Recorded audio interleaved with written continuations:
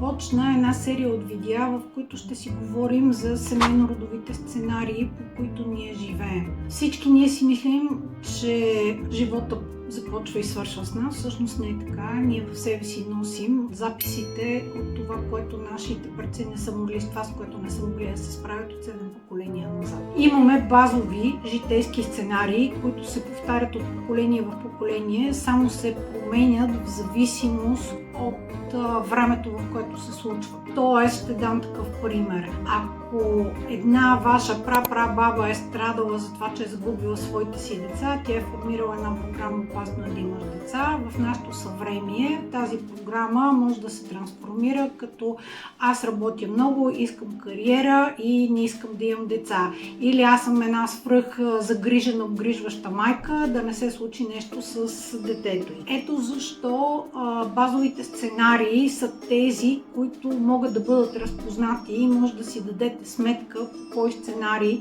вие живеете в момента или как този сценарий се проявява евентуално във вашия живот.